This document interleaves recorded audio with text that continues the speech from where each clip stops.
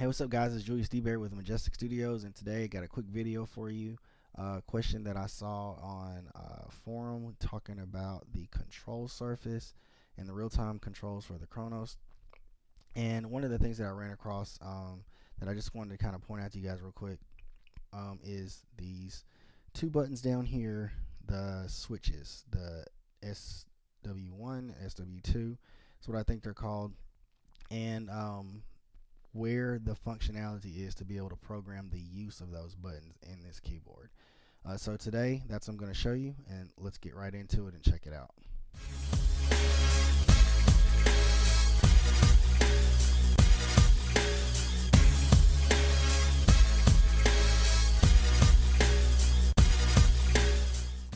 Okay, guys, so first of all, the buttons that I'm talking about are the switch buttons. They are located on the left side of the keyboard, right above the jog wheel or the joystick, whatever you call it, the pitch bend wheel or the joystick. These buttons can have various things assigned to them, and something that was kind of hard for me, I was looking for where it was in the keyboard as far as the menu was concerned, and once I found it, I was like, well, let me make a video on this because there's probably other people that are looking for it too. So that's what I'm going to show you today. Okay, so you see here we're in program mode, which consists of one sound, but with this keyboard we're able to combine up to 2 engines within the Kronos. Within the Nautilus. It's called EXI1 and EXI2. Those are that's the terminology for the engines within the program mode. So if you look here, EXI1 is going to be this one at the top all the time, and EXI2 is the one on the bottom. Now each program can consist of an EXI1 and an EXI2, and then also a drum part. So that's this little on-screen mixer that they've given us. Kind of helps you understand or see how these sounds are laid out. So this is the volume control for EXI1, anywhere from 127 all the way to 0. And then you also have a mute switch for EXI1. It's the same for EXI2. There's a mute switch and then your volume. And then the third sound that could be added within a program is a drum track, and that also can be muted and turn up or down using this little slider or simulation of a fader. Alright, so while we're in this mode, you can push on the right side of the keyboard. They have a mode button and a page button that's here. If you push the page button, this screen comes up and it allows you to get around within the various menus within the program. So you have the common tab, the SGX2, and the Mod 7, and these two tabs here will be named or depend on what type of sound or what engine you're using out here on this main screen. So since we have SGX2 and Mod 7, those are the two tabs that are here. So if you wanted to go into the SGX2 and modify that piano sound to your heart's content, this is the tab that you would choose, and you could go into these menus and modify, or the Mod 7, you can do that here. But we're going to go back to the common tab because that allows you to modify parameters that will affect the entire program. And how we get to the menu that specifically goes with the switches is you push the basic XY and controllers tab. And then if you go to this last tab here that's called controllers. Alright, so from this controllers tab, this allows you to modify your knobs, which are the 6 knobs that are across the top of the keyboard here. 1, 2, 3, 4, 5, 6. And while I'm talking about it, I'll show this. Korg has conveniently made these push knobs that allow us to push them down. So when we're not using them, or if the keyboard is in transport, I've had to ship keyboards off before for various reasons, and the little knobs and things that are on the screen are always something that are really hard, well, not hard, but they want to always make sure they protect them. So this is kind of a cool little feature that they added. It also kind of helps you on stage if it's dark and you don't want to have all the knobs up in your way, accidentally hitting the wrong one or turning the wrong one. So they have the ability for us to push them down. I think that's a kind of cool feature. But anyway, so you can modify the use of these knobs on this screen, but we're not going to talk about that in this video. We're going to talk about the switches tab. So the switches tab basically just consists of two menus, and it took me a little while to get this figured out, exactly what was going on, because it wasn't like this previously on the Chronos. So what this does is switch 1 refers to this first switch, which is the one on the left, switch number 1, and then switch 2 is the second switch, which is the one on the right. And again, these are the two switch buttons that are just above the pitch bend wheel to the left of the keyboard. Alright, and so you are allowed to change the target of these buttons. So when they say target, they are talking about what menu or what items you're wanting the button to control. So if you click in here, you double click, and it gives you two choices. You can either use the mixer or you can use the real-time control. So we're going to start off with the mixer. So let's change both of these to mixer. And so you see when you change it to mixer that it blacked out these it blacks out this row here. Alright, so we're going to make sure ours is on mixer. So you double tap it, and you can either choose RT control or you can choose mixer. We're going to choose mixer for the sake of this example at this time. So when you choose mixer, you see that it grays out the second row, the RT control, and now you can only change the mixer control. Alright, so if you selected RT control, then the mixer control would be grayed out and you would be able to select the RT control. So it's almost like they have it set up like in a folder system or a hierarchy. So when you select one, you get various choices open up underneath.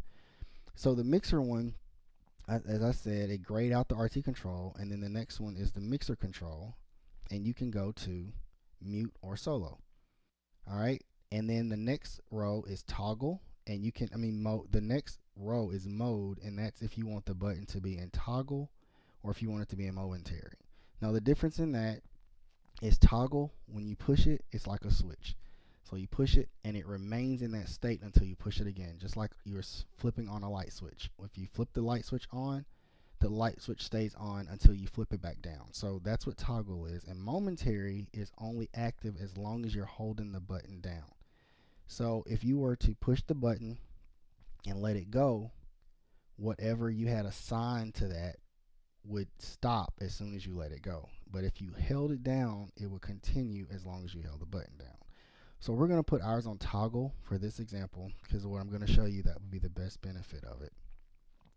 Alright, so, and again, you could also put the mixer control on solo. So let's look at this. Alright, so underneath here, the last row says assign view. And assign view consists of three little blocks. And these little blocks, these little square blocks, they reference this area here that says switch 1 EXI. And if you're on this side, it's going to say switch 2 EXI. So what these three boxes do, depending on which column you're in, so we're going to be in column 1 to start. So if we select EXI 1, it's going to put a yellow check, or it's going to fill this little box in with yellow. And the same thing for EXI 2, and the same thing for drum track. So what that's telling the keyboard is that I want to assign switch 1 to EXI 1, to EXI 2, or to the drum track. And for it to be selected, it has to be yellow. And when you select it, it comes up here in the assign view. It turns yellow right there. As you see, all three of them should be yellow now. If we do over here on switch 2, same thing, drum track, EXI 2, EXI 1. So essentially what you can do with this is you can use the switch button to mute one of the parts within your program, or possibly even your combi. We'll look at that in a second. So first of all, we're going to go and we're going to back out to the main menu. I pushed exit. We're going to select a sound. Well, I have already selected a sound that consists of two parts. So I'm going to put my pen down. And so let's see, I'm just going to play a couple of chords.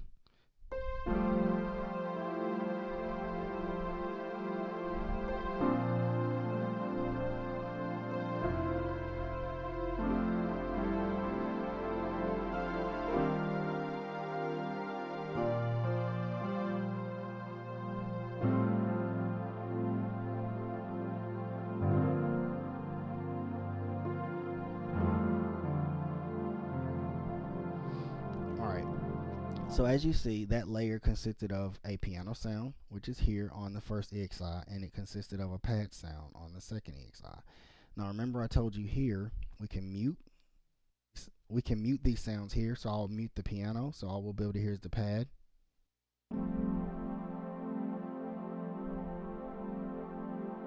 Now it's unmuted, so we should hear the full blend. And then we can mute the second one, so now we should just hear the piano. Alright. And you can also turn this up and down. You get that perfect blend the way you want it. Alright.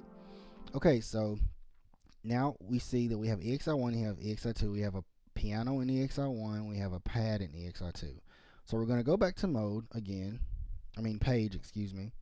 And we're going to push the controllers, and we're back on our switch tab. So let's say that we want, during our performance, we want to be able to mute the piano just at the drop, without having to push the screen. We just want a quick switch to just mute the piano. So we would go to switch number 1. We have it set on mixer, and then we would go to mute. You could go to mute or solo. So if you want to solo the piano, which would essentially mute the other part, you could do that, or you could just straight up mute the part, depending on what you want. So we're going to mute the part, and we're going to select that we want switch 1 to mute EXI1. So that's going to mute the piano. So when we push EXI1 now, right now we're playing the keys. We can hear the piano and the pad. But if we were to hit this EXI button, not the EXI button, hit this switch number 1, the piano is going to stop and we'll just hear the pad. Alright, now if you want, you can also select EXI2, and now when you select it, it's going to mute both sounds together. Got it? Alright, now that also refers to the drum track. So I'm going to push the drum track. I'm going to turn it down a little bit just to make sure the drums aren't too loud when they come in.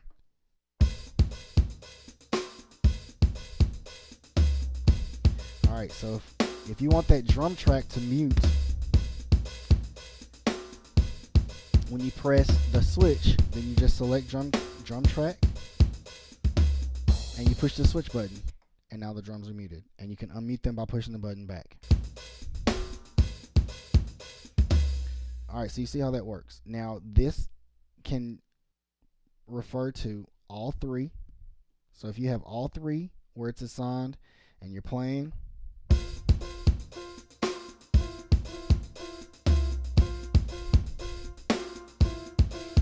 push the mute button, and now it's all gone.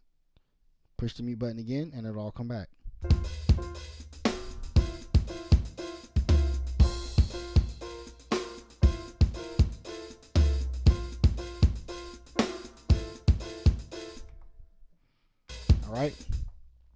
Alright, so that's how that works. And it's the same thing for switch number 2.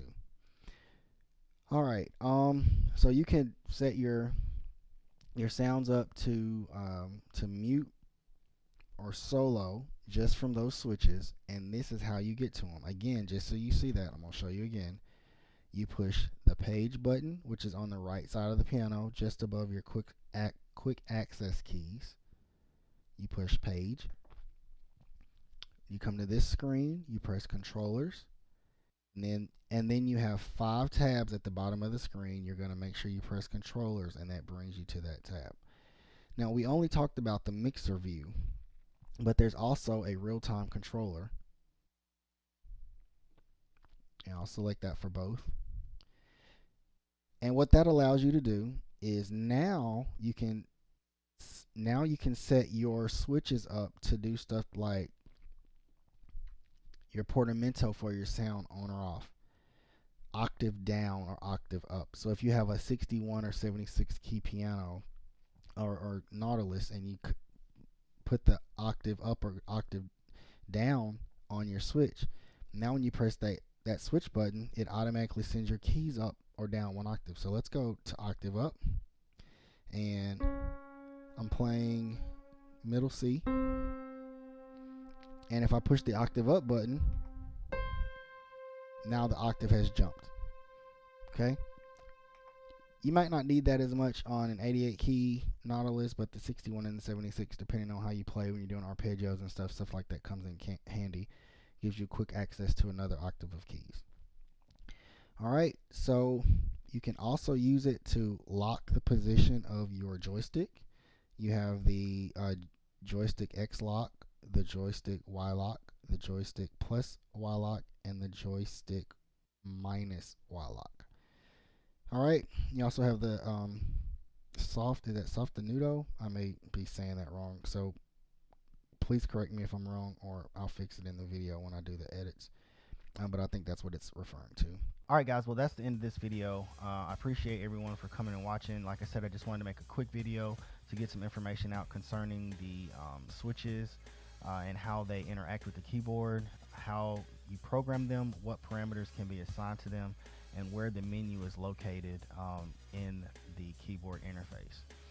Again, I appreciate everyone for watching. I hope to have some more videos out for you soon. If you have any questions or comments, please leave them below. I try to respond to everything that gets posted. I try to read all the comments that are made. And if there's specifics that you need, things that you need concerning this keyboard or any other keyboard, if I have it and have access, I'll try to get a video out and help you out. I appreciate you guys, and hope to see you in future videos. Take care.